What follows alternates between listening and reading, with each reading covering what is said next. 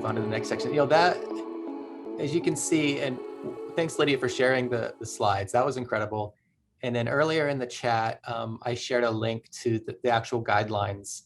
And I encourage people to look at them. And certainly, any archivists in the group, but this is invaluable. This is an amazing document and amazing work that the SAA Accessibility and Disabilities section do. So I encourage you to look into that more.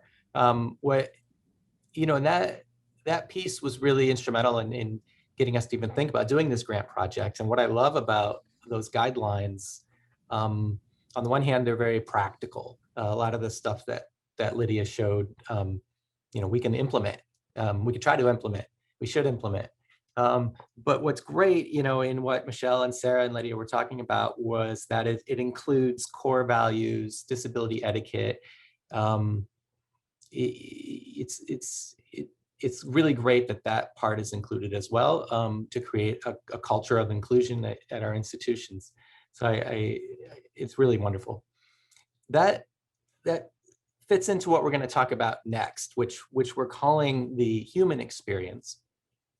And for this panel, we're going to be talking with Michelle Ganz and Sara White, who you've already met, and we're going to add Jeffrey Swada to this. So I've introduced those two. Let me introduce Jeffrey before we get started, and I'll talk more about what we're going to do. Basically, this is the 30 minutes to talk about the human experience, challenges of accessing archives, working in archives with people with disabilities, real life examples. So Dr. Jeffrey Swada, he's the director of Undergraduate Food Science Program and the liaison to the Resource Center for Persons with Disabilities within the College of Agriculture and Natural Resources at Michigan State University. As a member of the Accommodating Technology Committee, he works closely with the university to test technological platforms for accessibility issues before they are launched across campus. Being legally blind, he has a firsthand perspective on using assistive technology to access physical and digital materials. He lost his vision when he was a child, giving him a unique perspective of viewing the world with and without quote unquote normal vision. As a self-advocate, he values the opportunity to share his experiences and promote accessibility awareness, especially in the scientific realm. So welcome, Jeff. And the order we're going to go, we're going to talk with Jeff first, and then Sara, and then Michelle. And then I'm going to share my screen, and Jeff's going to present a really great presentation on using screen readers. So again, thank you for the opportunity to actually come and present. I'll be very honest, I'm not an archivist, I'm not a librarian, I'm actually a user of these different libraries and archives. So with a lot of my research I do, I want to give some examples, right, in this kind of the user experience. So again, with my role, I do a lot of research, looking up finding aids, looking at website searches. So what I wanted to do with this, the first part, is kind of give some examples using a screen reader, since I am legally blind, as the introduction indicated. So that's kind of what I do, what I see, what some of the issues I might run into. So the first case study that we have is really focusing on accessibility features. So like what, as a designer, as you're implementing a different finding aid or a web platform, we'll kind of look at what different views might see with different accessibility features. So we could watch the first video.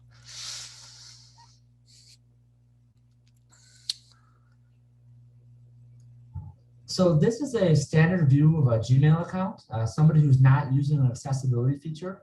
If you scan over to this computer, this is the same Gmail account, but using a high contrast mode through Microsoft Suite.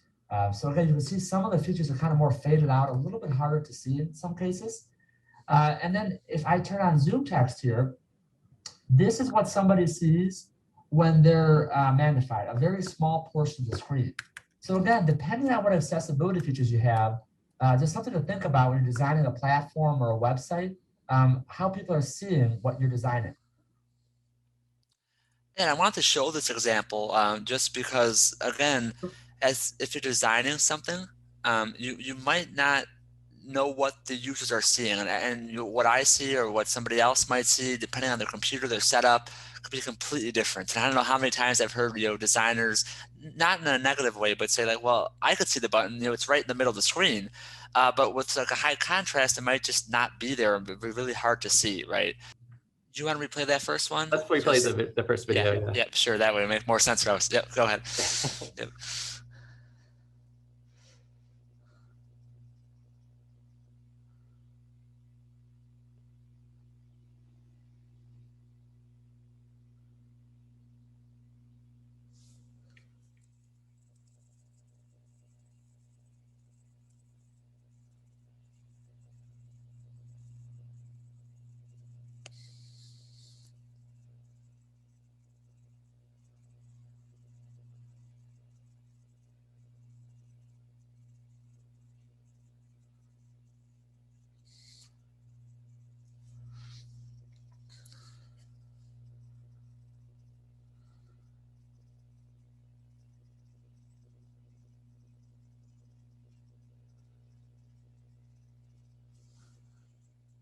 All right, my apologies again. I'm seeing some text that there's no audio in the video. Okay.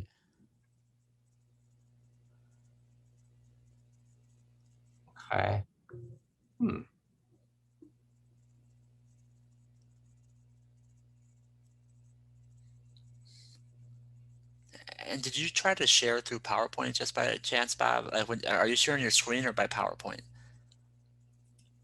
Sharing my screen and opening PowerPoint. You might be able to just actually have the PowerPoint open and share the PowerPoint itself. That might help. Someone also suggested maybe I'm unmuted, it would work.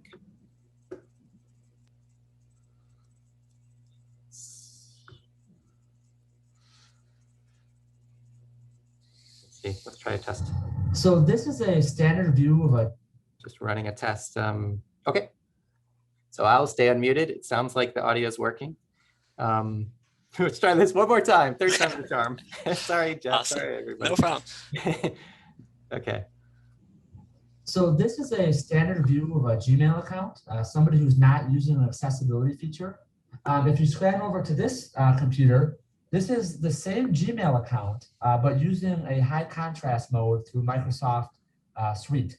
So again, you can see some of the features are kind of more faded out, a little bit harder to see in some cases. And then if I turn on Zoom text here, this is what somebody sees when they're magnified, a very small portion of the screen. So again, depending on what accessibility features you have, just something to think about when you're designing a platform or a website, how people are seeing what you're designing. Awesome. I hope everybody could see that or hear that now as well. So yeah, so that was just kind of showing again what as you're designing something, what you see might not be what somebody else is seeing. And there's so many accessibility features out there, whether you're using a Mac or a PC. So there's something to keep in mind. The next example I want to talk about is I want to talk a little bit more about finding aids and how screen readers might interpret a finding aid. So the first example we'll see is more of a legacy finding aid. It was a finding aid that was. Oh, go ahead. Sorry, Jeff. We could watch it. Go ahead, and I can explain. Folder number, title, contents 1. Business, affiliations, yearbook, U.S. Sales Club, 1930 business. Catalog, handbag, buyer, trade, catalog, 1948 3. 4. Buy, education, family. Heritage, certificate, self-improvement essays. Lewis Lobon, report card, 1918. Walton, correspondence, accounting course, CM, and Agnes Lobon, 1903. So basically what I was trying to show here is first of all how fast the screen reader is going for somebody like who's reading with the screen reader, but also it was a legacy finding aid. So it probably was typewritten at some point. It was scanned in. There was some work done with OCR to try to help make it more readable by a screen reader, but not quite giving you the full picture with the screen reading device. The next one we'll take a look at is actually going to be a Word document, and it's very visually appealing. But what we'll see is the screen reader, kind of follows paths, right? So what it's going to do is it's going to read down the column, not across, and it doesn't seem like a big issue. But try to envision, understanding the finding aid when you get this kind of feedback. So we can watch this video. So here's an example of something that just looks visually nice, but doesn't work very well with the screen reader. It reads down the column, but doesn't necessarily make any sense to somebody reading with the screen reader. Box 1. Box 2 folder. 2, 3, 4, 5, 6, 7, 8, 9, 10, 11, 12, 13, 14, 15. So again, what you see there is that, you know, if you close your eyes, oh, go ahead. Folder numbers first, but it never got to the title. So somebody using a screen reader has no idea what these numbers are for. 50, 51, 52, 53, 54, 55, 56 box title. Meeting minutes logo designs. Newspaper articles. Correspondence lyrics. Correspondence newspaper articles. Photos. Yeah, so what you'll see there is it kind of read the numbers first and then the content. So it really was, it's hard as if you close your eyes and try to listen to that, trying to connect the dots. So that wasn't, you know, again, it looks great, but it doesn't really read properly with the screen reader. Next example I wanted to show, you know, a table of contents. You know, that's really simple. You know, you might not think there'd be any issues with the screen reader, but let's see how a screen reader interprets just a traditional table of contents. So we'll look at this next video. Muscular papers FSS 683, table of contents. Summary information period repeated 114 times 4 period repeated 118 times 4 period repeated 106 times 4 period repeated 117 times 5. And so that, again, all those periods, right? You don't think the screen reader would pick up on it, but it reads everything you put there, depending on how you format your finding aid, right? And this one here said, you know, 145 periods. I've seen ones that go period, and just read off every single period, right? Depending on if there's a space between the periods or not. So even as you're developing like a finding aid, there's something to keep in mind. And then how will the screen reader interpret it, right? So just to help with the accessibility to that of the user. So what we're going to do, what I want to do next is show some examples now, searches, right? So if you're trying to search for contents, you know some kind of, just if you go to a library or archives website and you're trying to search for something, the first example we'll see is Preservica. And again, as an example, it reads down the column, right? So I typed in a content search and this is what I heard.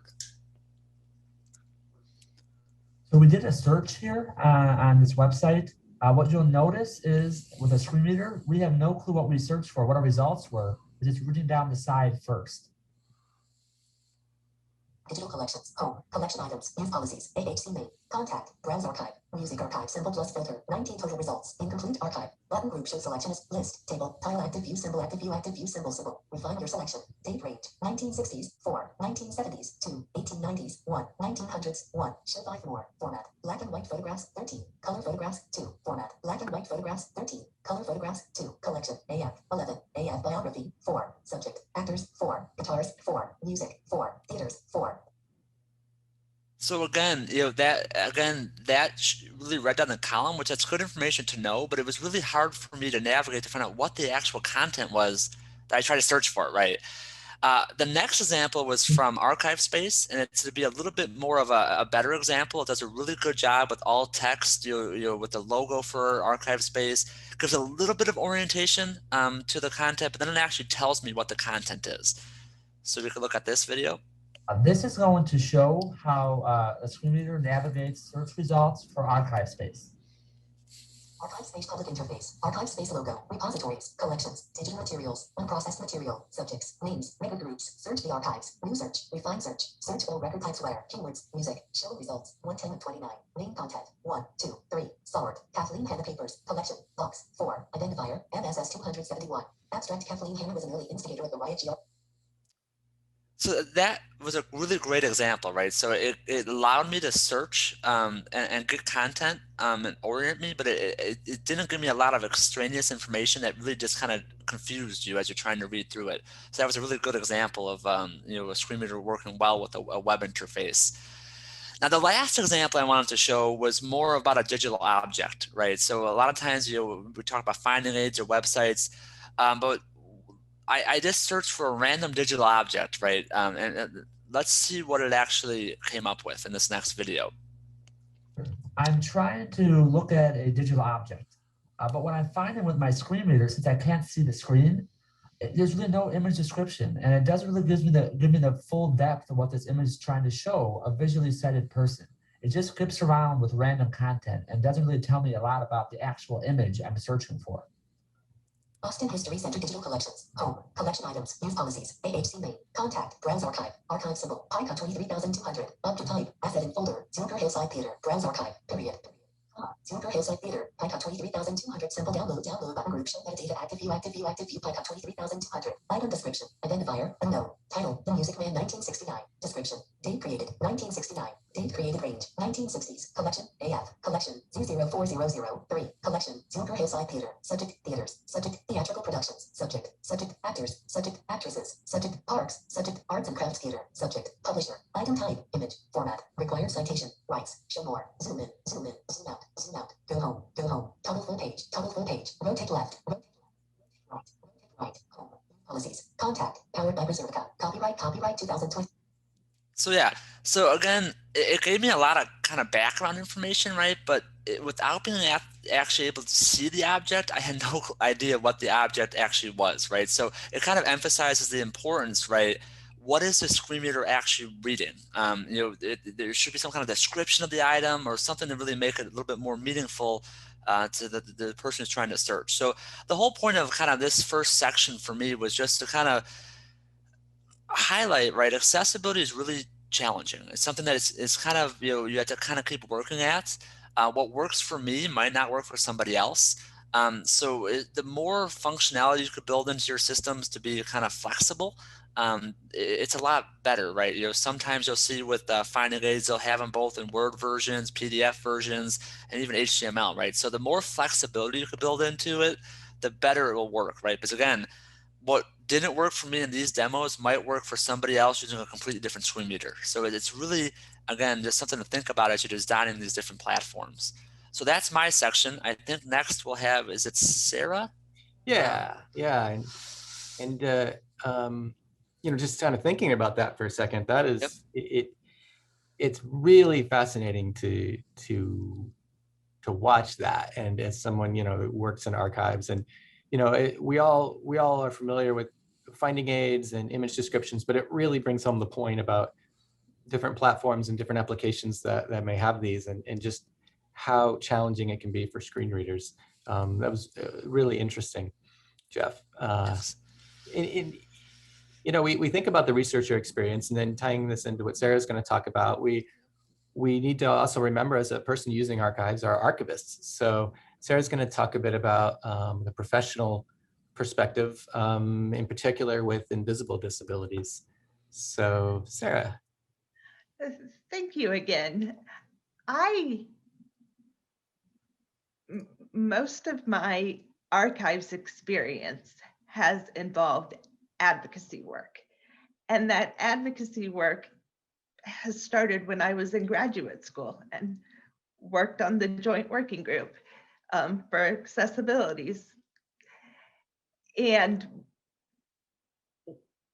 since doing that, I've also had the ability to work on a panel that was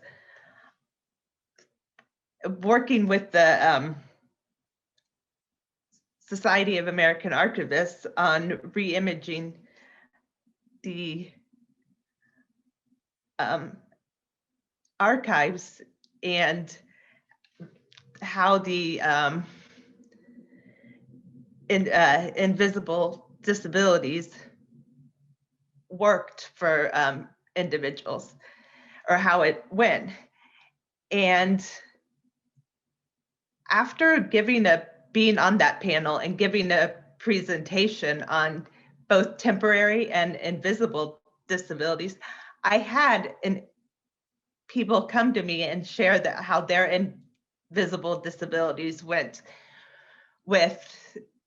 in archives. And one of that can be assumptions made by individuals on how can you do something that you're perfectly capable of doing, but because you might be looked at upon based on, for instance, I've dealt with cerebral palsy, and I have dealt with physical issues with my hand, but some people take that as having cognitive issues that aren't there, or just making assumptions about one. And after that panel discussion, I had one person in particular come to me and say they had just been diagnosed with rheumatoid arthritis, and they were worried what was going to happen if they had to acknowledge that they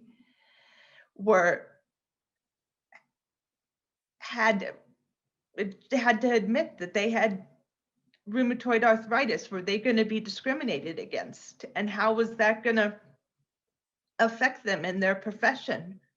And that is when I continued to think that disabilities don't exist. And I felt that way for a long time because I myself have dealt not just with cerebral palsy, but with epilepsy. And that is how I can sometimes get nervous with certain things because, oh no, what if I have a seizure during a presentation? And I've just dealt with that my entire professional career. And rheumatoid arthritis could be a problem for somebody too if they felt, oh, well, what if I deal? And I thought, no, that's not how we're going to do it. We're going to think in terms of what Robert M. Hinsel, a favorite disability rights advocate of mine, says, I choose not to place dis in my abilities. And I encouraged her to think that way, not dis in my abilities. And that is because I believed not to think dis in any or every person, because we continue to have abilities. And I'm continuing to help strengthen people's abilities and share their, because and that working on for the guidelines that I just helped work on for accessibility in archives, because it is focusing on abilities for individuals. And that is why when talking to her, I was hoping that she would think of it as abilities and choose not to look at it as the dis. And thank you again for having me and sharing my experiences with talking with another individual. Thank you, Sara. Definitely. And it offers a unique perspective. It's been the perspective. And next up is Michelle again. And I noticed, yeah, so Michelle's gonna continue this conversation. Also talking about a bit about invisible disabilities. And I also noticed that you're gonna answer one of the questions in the Q&A. So if you wanna tie that into what you're talking about, that's totally good too. Excellent. So I'm kind of building on what everybody else has been saying today, which is I don't need special accommodations, more of an I need understanding. I need people to understand that I'm going to be loud in the reading room, that if the acoustics are bad, I'm not going to be able to hear them if they're using their quiet library voice, that I may need people to speak up. I may need somebody else to speak for them. If they have a very high pitched voice, I can't hear it. And I may ask them just to have somebody else repeat what they just said. So a lot of it comes down to understanding that I have a disability that you can't see. I'm severely hard of hearing, but I speak very, very clearly. So people assume that I do not have a disability. I have 2 hearing aids. I'm deaf in one ear. I'm severely deaf in the other one. So a lot of what this boils down to, and the question that was asked in the comments section was, you know, there's all sorts of disabilities that people have that you aren't aware of. So treat everybody with the same level of respect and understanding, because you never know. And it's not incumbent upon me to spend 10 minutes explaining to you what my disability is or what I need you to do for it. I just need you to speak up when I say, I'm sorry, could you repeat that? I didn't hear you. And I think that especially for people like Sara, for a lot of us who have these invisible disabilities, it's just how we are. So I am not experiencing the world differently. It's just the way I experience the world. And so what I would encourage everybody to think about is, how can we ensure that we're giving people the space to have the accommodation that they need, to give people the comfort level to ask for that accommodation. Because I talked to a lot of people, especially those who were disabled later in life, that they don't even know how to approach asking for accommodations. Or if they ask for accommodations, then the person turns around and says, well, what do you want us to do? So it's that whole idea that it is not my job to drag someone to enlightenment. It's my job to do the thing that I'm doing. And if someone has more questions, great.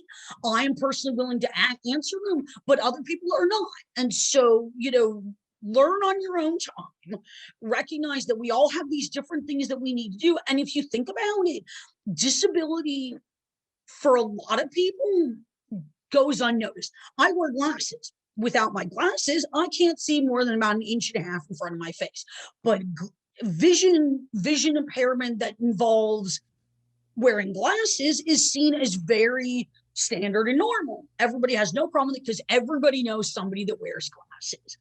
So part of what we're doing here is raising awareness so that people recognize that there are disabilities, because the more you're exposed to other people, the more you learn, and the more you learn, the easier it is to make room for everybody else, even the things that you aren't aware of, even the things that you didn't think about. The platform is still there to give equal access to everybody. And I'd like to point out that equal access for everybody does not mean everybody gets the same level. It means that some people may need this level, some people may need that level, some people may need that level, some people may need something completely to the left, And so be flexible with when you're thinking about things, especially in terms of design. Things that are bolted to the floor are the worst thing on earth. What we need is, if I can move these chairs around, can I move these tables around? What are the acoustics like in this room? What is the light like in this room? And the more you start thinking about it, the easier it is to incorporate it into everything that you're doing. I have not been keeping track of my time at all, Robert, so I don't know if I'm out of time or not. It's really interesting, and I think we could open it up to Q&A, including Josh as well. But what you're talking about, Michelle, really is really great to hear, and creating that community, and also what Sara mentioned is really interesting. And I think it's an opportunity to bring awareness not to our own community, but to institutions. If Sarah's talking to somebody who's nervous about approaching an employer, about a disability, that's a real issue. It's really serious. So it's nice to have this community of archivists for sure, but extended beyond that as well. We have a couple questions. I'll go ahead and I'll read it off, and then Sara, Michelle, Josh, Jeff, if any of you want to chime in. I know Michelle is interested in this first one, but why don't I read it off for everyone? Okay, this comes from Milka. There seems to be a spectrum of ability and disability that we're not aware of until we personally experience it. As I'm getting older, I'm also realizing that almost all of us have some form of disability, physically and mentally, that we may or may not have been born with. Have we considered rethinking the term, quote unquote, disability and its definition? I can see some nods, and Josh and Michelle. Michelle, you want to, and Jeff, okay, whoever wants to chime in first. Michelle? I just want to say that I have never considered myself disabled. I actually had to go to therapy and work with a hard of hearing therapist who helped me understand where my disability fits in my life. But I'm 44 years old, and it took until last year for me to realize that, you know, yes, I am disabled, which does mean that there are things that I can't do, but there has never been anything that I wanted to do that I couldn't do. Well, except be an astronaut, but I was never going to make that happen because I'm 5 feet tall. So. And I echo that, right? Because I mean, I go back, you know, I'll never be able to drive a car, at least until they become autonomous, right? So, I mean, there are some limitations, right? But I think where we have to be careful with the word like disability, right? You know, in some contexts, right? I mean, I vaguely remember, you know, way back when I was in college, right? And, you know, somebody said, well, you're blind, you can't be a scientist, right? That's impossible, right? Why are you in this class? So I think we have to, you know, think about the word disabled as not like in a negative way, you know, in more of a way that maybe there's some limitations, right? But, you know, also by being legally blind, I could hear better than a lot of people, it seems, right? So, I mean, there's ways to look at disability in different perspectives, I guess, not in a negative light. That, you know, it's often thought of but how it starts out with the word disability. I'm happy to add also. Yeah, so I think like the conversation of like, do we or don't we claim disability is definitely complex, and it's varied across different spaces. You know, so I will say like we can acknowledge what's been shared before and then also add to it. Like claiming disability can be politically advantageous, it can be culturally advantageous, right? So if I say that I'm disabled, for example, at ArtCenter, that means that I can, you know, be entitled to certain accommodations in the classroom.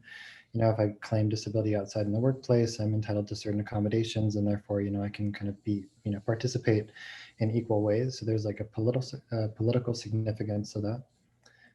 There's also a cultural significance. So there are a lot of folks who, so in my presentation, I was saying disabled people rather than people with disabilities, and it's a choice that basically talks about, you know, having solidarity with other disabled people and having shared experiences, you know, not to say that they're all the same, they're definitely not the same, but acknowledging that we're part of a people group that sometimes gets included and oftentimes doesn't, right? So saying that I'm disabled, at least for me personally, is also this kind of way of connecting myself to a broader network of folks. You know, having solidarity, making space to work together, to think together, to, you know, act together, et cetera. But there's also this huge spectrum, right? So I think there's room for us to kind of explore that term pretty spaciously. Yeah. And Sara, I saw your hand is up. Did you want to add to this question?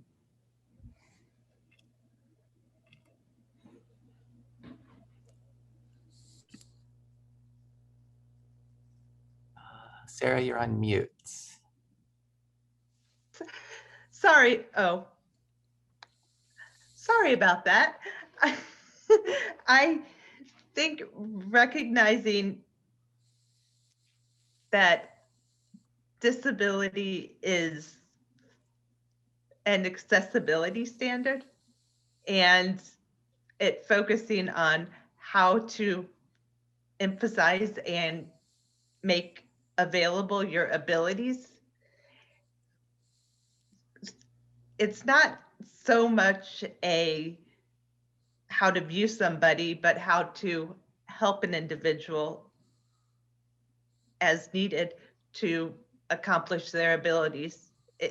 It's just a different path that somebody might take in order to accomplish abilities. And I pretty much just use different ways of saying what others have just said. Oh, that's good. It's good. We have more questions, and we have about 15 more minutes of discussion. This comes from Laura. Thoughts on how to balance between competing accessibility needs. For example, in the example of the PDF of the table of contents, all of the periods between the title and the page number, that is visually helpful for a lot of people because it makes it much easier to visually connect the correct page number with the title. But for someone using a screen reader, it's obviously a problem. So how do we balance competing accessibility needs is a good question. I mean, in that particular example, right, the period was not a huge deal. Not being able to access content's a little bit more of a higher priority, right? But it also comes down to how you format the documents, right? I've seen, and I'm not a tech expert here, right? But if you do, like I said, straight periods, right? It might read off 147 periods. If you have a space between the periods, it reads off, it actually reads off each individual period. But if you insert like a picture of a period, and this just goes back into Microsoft Word formatting, it actually just skips over it, right? From a screen reader perspective, it's not a active text, right? So I guess to answer that question a little bit is it's more so you have to prioritize that content first, but also how you format it could have the best of both worlds, that visual impact, but also communicate to the screen reader that it doesn't have to read out those periods. But in other cases, it wants to read out those periods. So that kind of balance, if that makes sense. Michelle, did you want to add? I saw you were. Yeah, I just wanted to add that almost every program that you use has a little button somewhere that you can click that will tell you if what you've done is accessible or not. So there's a free tool that I believe Lydia showed us where you can check your website. I just noticed that PowerPoint has a little accessibility button. I think all Microsoft Office products do. So it's a matter of just kind of paying attention and taking that extra minute to think about it and run the check. And here's the thing though, is that the more you do it, the more it'll become standard practice and you won't even think about it. And just to be careful, I mean, again, that's a great suggestion, right? And I think one thing with those accessibility features or those little programs, they work really well, right? But we have to also remember that accessibility doesn't always, one size doesn't fit all, right? So I had an example once to where for me using a screen reader and magnification, having really large font is actually not great for me, but then it's like too big almost. I have to keep adjusting my magnification. But for somebody who's maybe, slightly older, who, that's a really great accommodation to have larger font on a website or something like that. So I think those tools are really, I almost think of them as a good start typically. And then that's where the flexibility comes in, to allowing some user kind of adjustability is always great too. But that's just my 2 cents there too. Yeah, I think it's it's a really interesting question, and it's like just a conundrum, right? I mean, when like showing up in disability spaces, you become aware really quickly that access needs just conflict sometimes, right? An example is the Disability Film Festival down here every year in San Francisco called Superfest. And they'll have captions and then also like audible descriptions of what's happening on the screen, and then the audio, right? And it works for some communities, but then also folks who deal with being kind of oversaturated with their sensory landscape, then just started, start to complain, and like something that's accessible to other folks gets foreclosed for others, right? And this is just kind of a reality of the space. So, I mean, how I've been thinking about it, and we have a bunch of folks with a lot of experience, on this panel and others, is more of a process, right? And kind of like locating that question in power. So Philip said, interesting and kind of worthwhile, or just, I would like to pull this quote out about disability being embedded in eugenic visions of the perfectibility of race, right? So, I mean, for me, the question of like what access needs are prioritized over others can't be asked outside of the question of who's involved in the process, right? And we kind of know who's typically not involved in the design process, right? Disabled people, folks that are marginalized because of their identities, racial identities, gender expression, et cetera, right?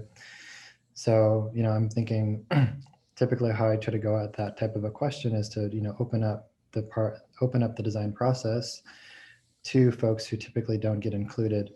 And then when you come to an outcome, thinking of it as an open-ended, I think, Michelle, you were talking about don't nail things to the ground, right?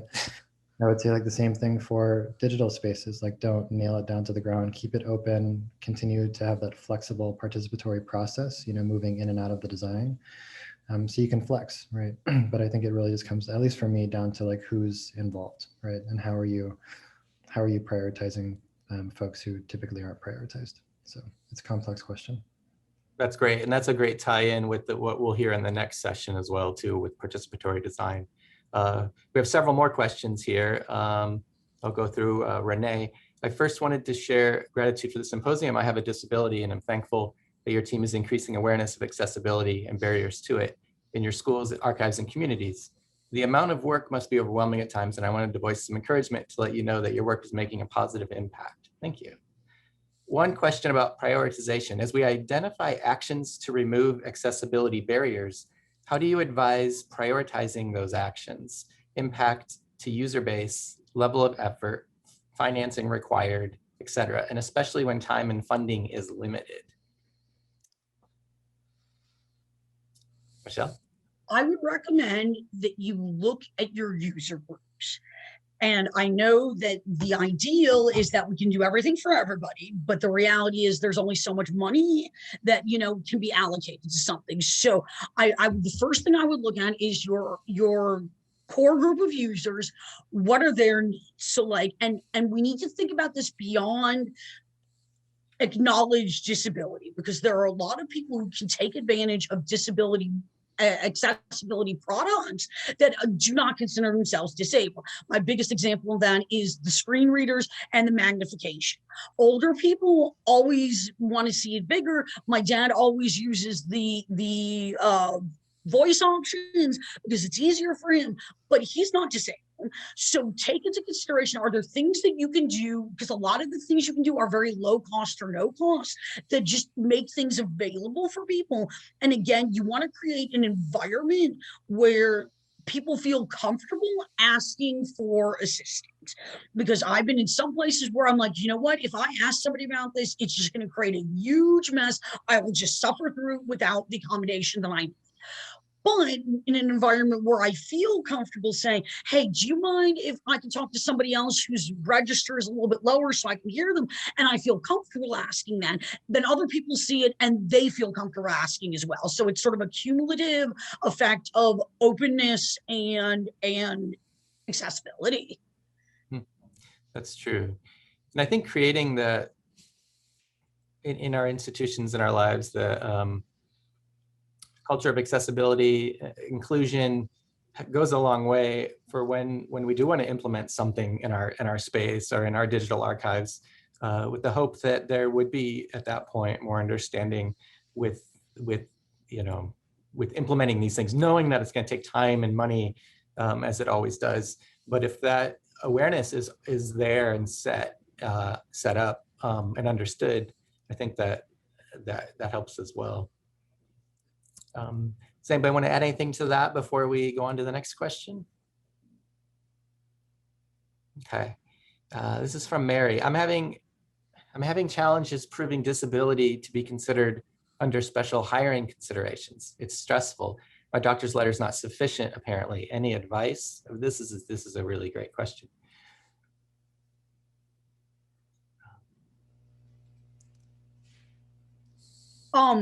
I have some personal experience with this in that I have helped some people with this very sort of issue.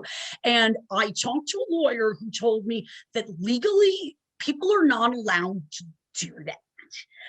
So it becomes a matter of how far do you want to fight it? Is this a hill worth dying on, or is this something where you can, figure out something on your own and move past it? And it sounds to me like in this case, you don't. In which case, I would recommend that you start talking to people, start taking up the chain of command and go, look, I understand that you don't understand this, but legally you have to give me this. And that's what tends to be what pushes people, is you say, you're breaking the law, but not by not allowing me to do this. the problem is that most of us have to learn to be real advocates for ourselves. And it's fine if you're someone like me who has no problem being very vocal about things, but other people are not so willing to do so. And this is part of that culture that we need to change. All I can say is I'm very, very sorry they're doing this to you. And I recommend you look for a job that is more accepting. Thanks, Michelle. Here's a question. We got about a few more minutes, so we're going to try to, we have 3 more questions on here. We'll get to what we can. What we don't get to, we might move those questions over to the Slack channel, or we'll keep them here and answer in text.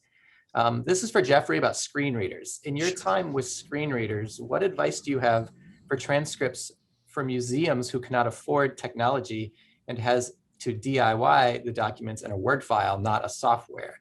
Any interesting free programs you recommend that also includes reading image descriptions and the transcripts?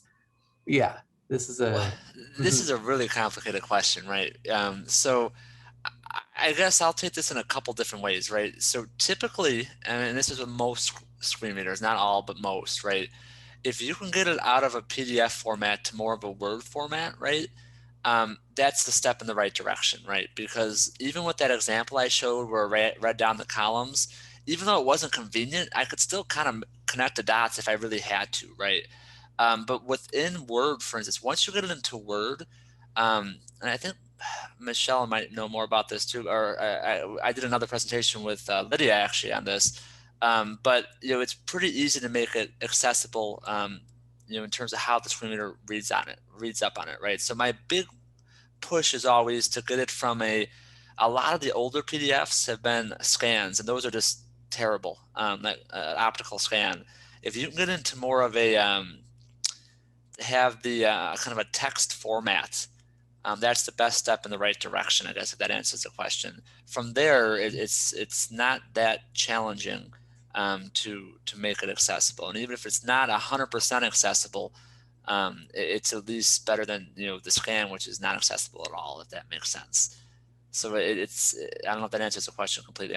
Do others have ideas as well? But in kind of going off of that as well, this Elise's question ties into that next for all of you. Are there systems or features that you've come across that you think are exemplary? Well, for me, it's about flexibility, right? So I do a lot of work with, like, again, publications, right? So if you look at any of the major research databases out there, right?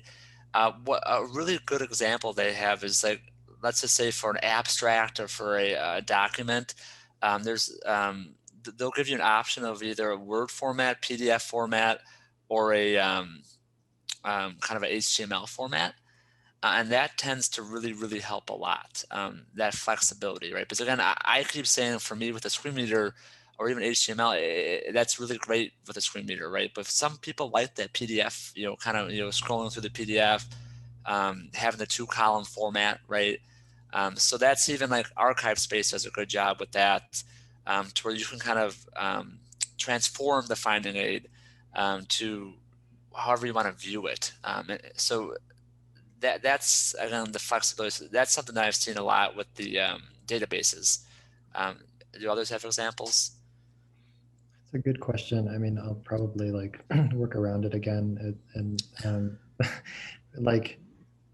so there are, I'm forgetting the name of it now, but I know that it's on fellowbarber.com. my barber has this really nice little accessibility widget, and I'm forgetting it now, but it will kind of flex the type size. It has a nice little standard package for accessibility, which I think is nice for folks who want to just dive in and think about plugins. But I would also say, accessibility, there are just some practices that need to be implemented that change workflow. So to that effect, I would just say, I mean, there are plenty of examples like the WCAG, which is a pretty robust toolkit, but there are lots of folks making that toolkit accessible. That's for web accessibility. So just getting familiar, just choosing a checklist, or even thinking about the idea of POUR, is it perceptible? Is it operable? Is it understandable? Does it work with other assistive technologies? There are little heuristics, little ways to think about accessibility that will help. But yeah, it's definitely a complex thing. And I think like when it comes to accessibility, there's not really like the access problem isn't a puzzle waiting for a piece to be put in the last place. Like it's kind of like rearranging the puzzle a little bit, if that makes sense. That makes perfect sense. One more question, and I know Michelle has tagged this one to answer. To go along with Mary's question, this is from Amanda. When should you disclose a disability to an employer? Do you wait until you're hired or disclose it during the interview process? It depends. I have disclosed when I feel like the institution will be cool with that. In other places, I have not disclosed, and because I was concerned that it was gonna kick me out of the running. And unfortunately, that is a thing that we have to deal with. I know someone who was told that if they knew that she had that disability, they wouldn't have hired her, which is like the most insulting thing on earth. But it's just how people behave. So what I always do is before an interview, I do research on the company or the institution, whatever it is, and see, do they have a diverse workforce? Do they have accessibility stuff embedded into their website? Kind of do a little bit of research and then base your decision on that. I will have to say the only time it's never been a problem is when I interviewed with Gallaudet and actually had to tell them that I needed someone to audibly interpret rather than the other way around. So that was an exciting thing to do. But I found that most companies are pretty good about being accommodating. And the way I kind of think about it is, okay, if I was in a wheelchair, would I not tell them that I was in a wheelchair? Clearly not. I would have to tell them. So in that same way, I try to think of my disability as, yeah, it's invisible, but it should be treated the same way visible disabilities are. So in my case, I'm going to be honest, I disclose more than not, but I'm also mixed race. So I have other factors working against me. So I might as well air that one right out of the gate to make sure that it's not going to be a problem. Thanks, Michelle. I saw Sara, you have your hand up, and then we'll go to a break after Sara.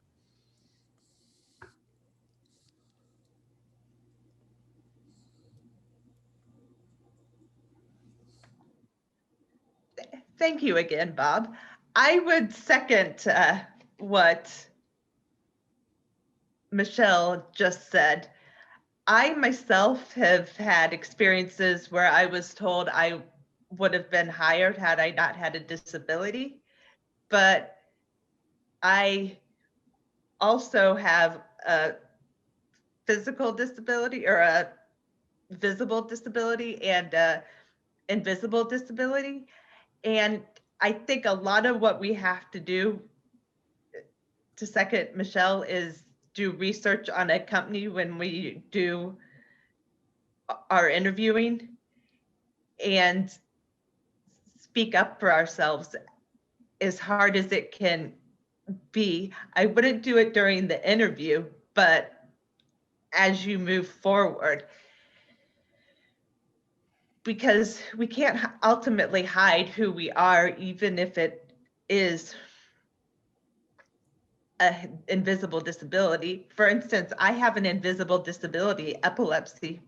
I was worried as we were speaking earlier that I was going to have a seizure, and that's why I got a little nervous because I thought I was going to have an aura, and what was I going to do?